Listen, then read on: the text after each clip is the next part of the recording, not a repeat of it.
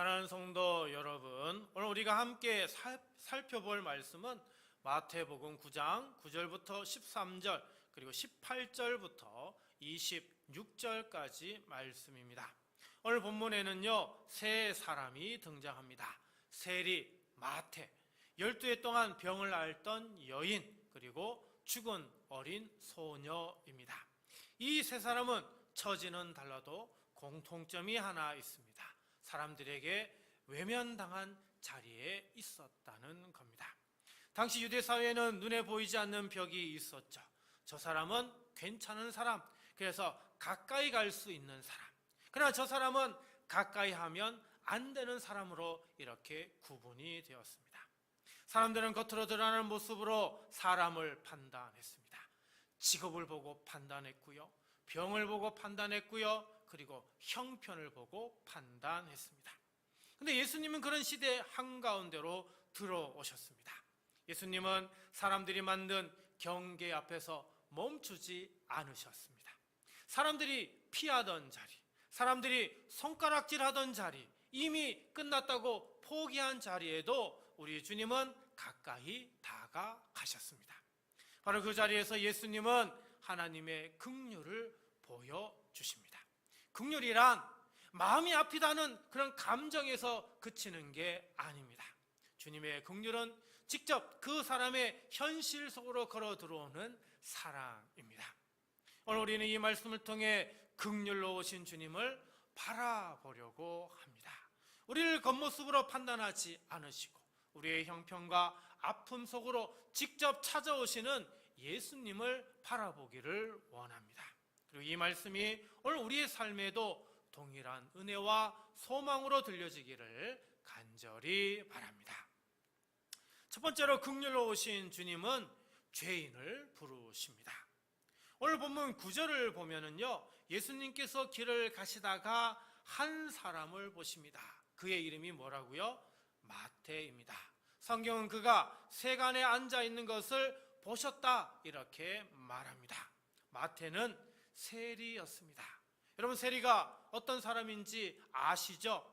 로마 제국의 지배 아래에서 자기 동족에게 세금을 강제로 거두던 사람들입니다. 그래서 유대인들의 눈에 세리는 같은 민족을 팔아먹은 배신자였죠. 사람들은 마태를 볼 때 그의 이름보다 직업을 먼저 보았습니다. 저 사람은 세리야, 저 사람은 죄인이야, 저 사람은 가까이 하면 안 되는 사람이야 라고 했습니다. 마태가 앉아있던 세가는요, 단순히 돈을 관리하고 계산하는 그런 자리가 아니었습니다. 사람들의 손가락질을 받던 자리였습니다. 날마다 미움받으며 살던 자리였습니다. 그런데요, 예수님께서 그 자리에 찾아오셨습니다. 여기서 중요한 것은 예수님이 마태를 그냥 지나치지 않으셨다라는 겁니다. 많은 사람이 마태를 보아도 피했을 뿐입니다. 어떤 사람은 비난했습니다. 어떤 사람은 속으로 무시했습니다. 그러나 예수님은 그를 보시고 말씀하시죠. 나를 따라오라고요. 여러분, 이 말씀은 정말 짧습니다.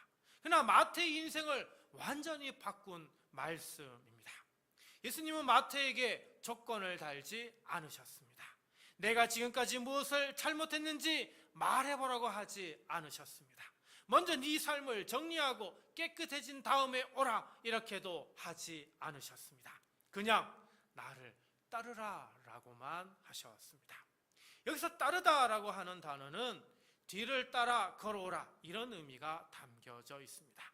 마치 선생님이 제자를 부르시듯 예수님이 마태를 초청하고 있는 것이죠. 예수님께서 13절에서요, 나는 의인을 부르러 온 것이 아니요 죄인을 부르러 왔다라고 하실 때도 바로 이 단어가 사용이 됩니다. 예수님의 부르심은요, 단순히 이름을 부르는 정도가 아닙니다. 예수님의 부르심은 한 사람을 새로운 자리로 초청하는 은혜입니다. 죄인의 자리에서 제자의 자리로, 손가락질 받던 자리에서 주님과 함께 걷는 자리로 옮겨주시는 그런 부르심인 겁니다. 사랑하는 성도 여러분, 이것이 바로 복음입니다. 예수님은 이미 괜찮은 사람만 부르시는 분이 아니십니다. 이미 준비된 사람만 부르시는 분도 아니십니다. 삶이 깨끗하고 모든 것이 완벽해야 부르시는 분도 아니십니다. 예수님은요, 죄인을 부르십니다. 상처 입은 사람을 부르십니다. 과거가 있는 사람을 부르십니다. 사람들 앞에 자랑할 게 없는 사람을 부르십니다. 은혜 없이는 살 수 없는 사람을 우리 주님은 부르십니다. 사랑하는 성도 여러분, 마태는 예수님의 말씀을 듣고 어떻게 행했습니까? 9절 끝에 이렇게 말씀합니다. 일어나 따르니라. 마태는 세간에 계속 앉아있지 않았습니다. 그는 일어났습니다. 그리고 예수님을 따랐습니다. 여기에 따르다라고 하는 단어가 또 한 번 나오는데, 이번에 단어는 다른 원어입니다. 이 단어는 뒤따라가다, 제자로 따르다, 이런 의미가 담겨 있습니다. 마태는 단순히 예수님을 잠깐 바라본 것이 아닙니다. 예수님이 좋은 말씀을 하셨다고 감동만 받은 것도 아닙니다. 그는 자기 인생의 길을 완전히 바꾸었습니다. 세간에 앉아있던 사람이 예수님을 따라 걷는 그런 사람이 된 것입니다. 여러분, 이것이 부르심의 능력입니다. 예수님은 죄인을 죄인인 채로 버려두지 않으십니다. 예수님은 죄인을 부르시고 그들을 일으키시고 그리고 예수님을 따르게 하십니다. 여러분, 이 아름다운 장면을 못마땅하게 여긴 사람들이 있었음을 알 수가 있습니다. 10절과 11절을 보면 예수님께서 마태의 집에서 식사하실 때 많은 세리와 죄인들이 함께 앉아 있었습니다. 그러자 바리새인들이 예수님의 제자들에게 묻습니다. 어찌하여 너희 선생은 세리와 죄인들과 함께 잡수시느냐고요. 바리새인들의 눈에는 이것이 이해되지 않았던 겁니다. 그래서 예수님은 그 말을 들으시고 이렇게 말씀하십니다. 건강한 자에게는 의사가 쓸데없고 병든 자에게라야 쓸데있느니라. 아멘.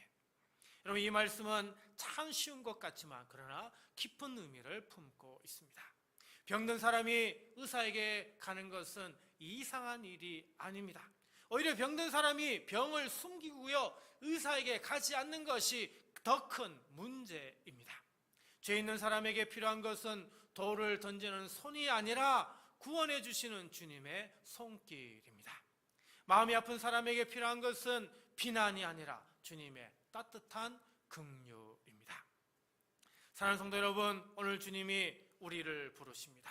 죄의 자리에서 은혜의 자리로 부르십니다. 손가락질 받던 자리에서 제자의 자리로 부르십니다. 주저앉은 자리에서 주님을 따르는 자리로 부르십니다. 마태가 세간에서 일어나 예수님을 따랐던 것처럼 우리도 오늘 주님의 부르심 앞에 일어나야 합니다. 완벽해서가 아니라 은혜가 필요하기 때문입니다. 의로워서가 아니라 주님의 긍휼이 필요하기 때문입니다. 우리의 힘으로 살 수 없기에 주님의 부르심에 응답해야 하는 것이죠. 예수님의 부르심에 일어나서 예수님을 따라가는 저와 여러분 모두가 되시기를 간절히 바랍니다. 두 번째로 긍휼로 오신 주님은 상한 자를 고치십니다. 18절을 보면요, 한 관리가 예수님께 나옵니다. 다른 복음서에는 이 사람이 회당장 야이로라고 소개합니다. 그는 자기 딸이 죽게 된 다급하고 절박한 상황 속에서 예수님께 납작 엎드립니다. 그리고 예수님께서 그 집으로 가시는 길에 또 한 사람이 조용히 예수님께 다가옵니다. 그 사람은 누굽니까? 12해 동안 혈루증을 앓던 여인이었습니다. 혈루증이란 피가 멈추지 않고 계속 흘러나오는 병이죠. 쉽게 말하면 12년 동안 몸에 피가 나는 그 출혈이 멈추지 않았다라고 하는 겁니다.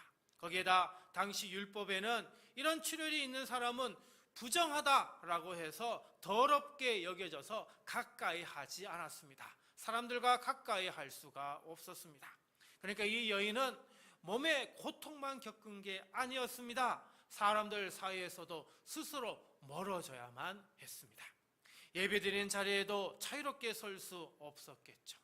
이 여인은 몸은 아프고 마음은 외롭고 하나님 앞에서도 멀어진 것 같은 그런 고통을 함께 겪고 살았던 겁니다. 겉으로 드러난 병보다 어쩌면 마음의 상처가 훨씬 더 깊었을지 모릅니다. 12해 동안이나 혈전을 앓는 이 여자가 예수님 앞으로 당당하게 나오지 못했습니다. 그는 어떻게 해요? 뒤로 왔습니다. 그리고 예수님의 옷자락 끝을 아무도 모르게 만졌습니다. 그런데요, 바로 이 조용한 손길 안에 믿음이 있었습니다. 21절입니다. 이는 제 마음에 그 겉옷만 만져도 구원을 받겠다 함이라. 여기서 우리가 구원을 받겠다라고 하는 말은 그 몸이 회복될 것이다 라고 하는 그런 의미로 받아들여집니다. 근데 원어를 이렇게 보게 되면요, 이 원어의 의미에는 살다, 낫다, 검짐을 받다 이런 의미도 있고요, 그리고 온전해지다라고 하는 이런 의미도 담겨져 있습니다.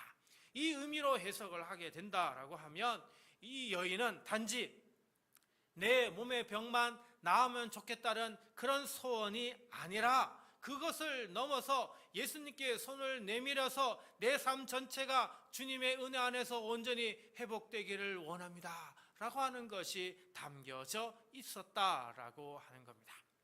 몸만 고치는 것이 아니라 무너진 마음도, 사람들과 끊어진 관계도, 잃어버린 마음의 평안도 다시 회복되기를 바라는 마음이 담겨져 있었다라고 하는 겁니다. 중요한 것은 예수님께서 그 믿음의 손길을 아셨다라는 겁니다. 22절을 보면 예수님께서 돌이켜 그를 보십니다. 사람들은 이 여인을 미처 알아채지 못했고 볼 생각도 하지 않았습니다. 사람들이 밀고 당기는 군중 속에서 이 여인의 손길은 아주 작은 움직임에 불과했습니다. 그러나 예수님은 아셨습니다.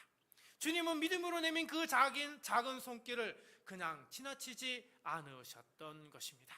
그리고 예수님은 그 여인을 향해 말씀하십니다. 딸아, 안심하라, 내 믿음이 너를 구원하였다고요. 사람들은 이 여인을 부정한 사람으로 보았습니다. 병든 사람으로 보았습니다. 피해야 할 사람으로 보았습니다. 그러나 예수님은 그를 딸이라고 부르셨습니다. 가족같이 부르신 것입니다. 이 한마디 안에 온전한 회복이 있습니다. 너는 버려진 사람이 아니야. 너는 하나님 앞에서 잊힌 사람이 아니야. 너는 내 긍휼 안에 있는 사람이야. 너는 다시 일어설 수 있는 나의 딸이야. 예수님은 정말 병만 고치신 게 아닙니다. 그 여인의 삶 전체를 회복시키신 것입니다. 그리고 예수님은 안심하라고 말씀하시죠. 예수님은 오랫동안 병 때문에 움츠러들고 하나님 앞에서도 스스로 멀어진 것 같다고 느꼈을 그 마음을 보신 겁니다. 그래서 주님은 먼저 마음을 만져주십니다. 딸아, 안심하라. 이제 두려워하지 말아라. 네가 내게 나온 것을 내가 다 안다. 내 믿음을 내가 보았다. 내 믿음이 너를 구원하였다. 예수님은 상한 자를 외면하지 않으십니다. 주님은 오래된 아픔도 아십니다. 말하지 못할 아픔도 눈물도 아십니다. 사람들 앞에서 숨기고 살아온 상처도 아십니다. 혹시 우리 마음에도 이런 자리가 있지 않습니까? 오랫동안 낫지 않은 상처가 있을 수 있습니다. 아무에게도 쉽게 말하지 못한 아픔이 있을 수 있습니다. 가정 안에서, 관계 안에서, 일터 안에서, 교회 안에서 받은 그런 상처가 있을 수 있습니다. 겉으로는 괜찮은 척하지만 속으로는 아직도 아물지 않은 마음이 있을 수 있습니다. 그럴 때 우리는 주님께 나아가도 됩니다. 아픈 그대로 나아가도 됩니다. 상한 마음 그대로 나아가도 됩니다. 어쩌라 끝이라도 붙들고 싶은 그 마음 하나면 충분합니다. 그 마음으로 나아가기만 하면 되는 겁니다. 오늘 주님께서 우리에게도 말씀하십니다. 딸아, 안심하라. 내 믿음을 내가 보았다. 내가 너를 고쳐주리라. 그러므로 사랑하는 성도 여러분, 오래된 아픔이 있어도 주님께 나아가시기 바랍니다. 말 못할 눈물이 있어도 주님께 손을 내미시기 바랍니다. 주님은 우리를 외면하지 않으십니다. 주님은 우리를 고치시고 우리를 살리시고 우리를 온전하게 회복시키시는 분이십니다. 그때 주님께서 우리의 삶에도 안심하라, 내 믿음이 너를 구원하였다는 그 은혜의 말씀을 우리에게 들려주실 줄 믿습니다. 마지막 세 번째로 긍휼로우신 주님은 죽은 자를 살리십니다. 23절을 보면요, 예수님께서 한 관리의 집에 들어가십니다. 그 집에는 이미 누가 있습니까? 피리 부는 자들과 떠드는 무리들이 있었습니다. 당시에는 사람이 죽으면 피리를 불고요, 그리고 크게 울어주는 이런 사람들을 따로 불렀습니다. 오늘날 장례식장 같은 그런 분위기가 있는 거죠.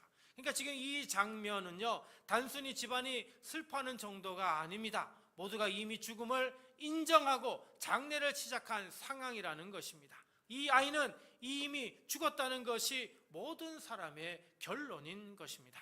그런데 바로 그 자리에 예수님께서 들어오셨습니다. 예수님은요, 기쁜 자리, 밝은 자리, 모든 것이 잘 풀리는 자리에만 오시는 분이 아니십니다. 예수님은 울음이 있는 집에도 들어가십니다. 절망이 있는 집에도 들어가십니다. 모두가 포기한 자리에도 들어가십니다. 사람이 끝났다고 말하는 자리에도 우리 주님은 찾아오십니다. 예수님께서 24절에서 말씀하십니다. 이르시되 물러가라. 이 소녀가 죽은 것이 아니라 잔다 하시니 그들이 비웃더라. 여러분, 이 말씀을 들은 사람들이 어떻게 해요? 예수님을 비웃었다고 합니다. 왜 비웃었습니까? 그들의 눈에는 아이가 분명히 죽었기 때문입니다. 그들은 현실을 보았습니다. 숨이 끊어진 몸을 보았습니다. 장례의 준비를 보았습니다. 그래서 예수님의 말씀을 이해할 수 없었던 것이죠. 그러나 예수님은 죽음을 전혀 다른 눈으로 보셨습니다. 사람들에게 죽음은 마지막입니다. 그러나 24절에서 예수님은 죽음을 뭐라고 얘기합니까? 잔다, 잠으로 말씀하십니다. 이것은 죽음이 가볍다는 뜻이 아닙니다. 죽음이 아프지 않다는 뜻도 아닙니다. 죽음이 슬프지 않다는 뜻도 아닙니다. 예수님께서 죽음을 잠이라고 하신 이유는 주님께서 그 죽음의 권세를 이기실 수 있기 때문입니다. 우리에게는 죽음이 끝이지만 생명의 주님께는 죽음도 끝이 아닙니다.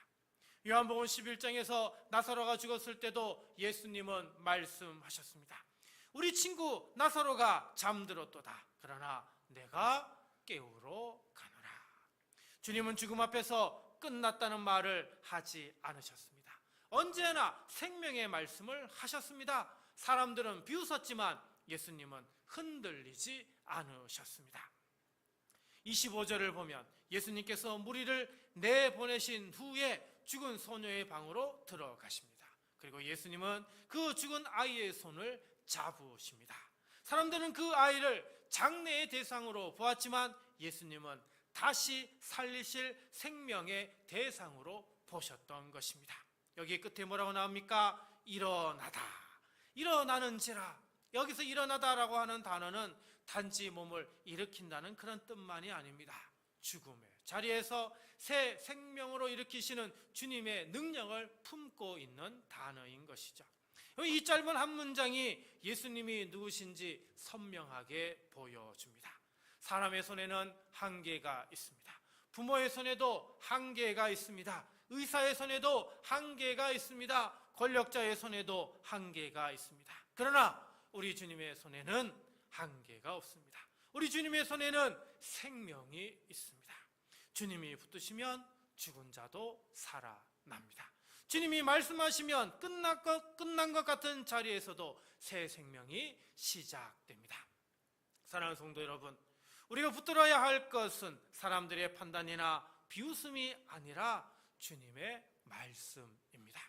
비웃음이 그 아이를 살리지 못했습니다. 사람들의 판단이 아이를 살리지 못했습니다. 장례의 소리가 생명을 주지 못했습니다. 오직 예수님의 손길이 그 아이를 일으켰던 것입니다. 그러므로 믿음은 사람들의 말보다 주님의 말씀을 더 크게 들어야 합니다. 믿음은 절망의 분위기보다 생명의 주님을 더 크게 바라보는 겁니다. 믿음은 끝났다는 소리 속에서도 주님이 들어오시면 다시 시작될 수 있음을 믿는 것입니다. 혹시 오늘 우리 마음 안에 이미 끝난 것처럼 느껴지는 그런 자리가 있습니까? 다시 회복될 수 없을 것 같은 관계입니까? 식어버린 신앙의 마음입니까? 무너진 가정의 아픔입니까? 그 자리로 주님을 초대해야 합니다. 감추지 말고 포기하지 말고 주님 앞에 솔직하게 내어놓아야 합니다. 회당장이 예수님께 나와 내 딸이 방금 죽었사오나 오셔서 그 몸에 손을 얹어 주셔서 그러면 살겠나이다 라고 부르짖었던 것처럼 우리도 주님께 그렇게 나아가야 합니다. 주님, 이 자리는 제가 살릴 수 없습니다. 주님, 제 힘으로는 다시 일으킬 수 없습니다. 주님, 오셔서 손잡아 주옵소서. 주님, 제 믿음을 다시 일으켜 주옵소서. 주님, 우리 가정을 다시 일으켜 주옵소서. 주님, 우리 교회를 다시 일으켜 주옵소서. 우리 모두 다 같이 죽은 자를 살리시는 주님께 날마다 부르짖으며 나아가시기를 주님의 이름으로 축복합니다. 사랑하는 성도 여러분, 예수님은 긍휼로 오신 주님이십니다. 죄인을 부르시고요, 상한 자를 고치시며 죽은 자를 살리시는 주님이십니다. 주님이 오시면 세간에 앉은 마태도 제자가 됩니다. 주님이 오시면 12해 고통 속에 있던 여인도 딸이라 불리며 회복됩니다. 주님이 오시면 죽음의 자리에 있던 소녀도 다시 일어납니다. 그러므로 절망이 마지막 말이 아닙니다. 실패가 마지막 말이 아닙니다. 상처가 마지막 말이 아닙니다. 죽음이 마지막 말도 아닙니다. 마지막 말씀은 생명의 주님께 있습니다. 마지막 권세는 예수 그리스도께 있습니다. 마지막 소망은 우리를 일으키시는 주님께 있습니다. 오늘 우리 모두가 이 믿음으로 주님을 바라보기를 원합니다. 주님께서 우리의 식어버린 믿음을 다시 일으켜 주시고 포기한 소망을 다시 세워주시고 무너진 사랑을 다시 회복시켜 주시길 바랍니다. 그리고 우리도 그 소녀처럼 주님의 손에 붙들려 다시 일어나기를 원합니다. 눈물의 자리에서 다시 일어나고 절망의 자리에서 다시 일어나고 믿음이 무너진 자리에서 다시 일어나기를 바랍니다. 우리에게 다시 생명을 주신 주님을 믿고 다시 일어서는 저와 여러분 모두가 되시기를 주님의 이름으로 간절히 축원합니다. 기도하겠습니다.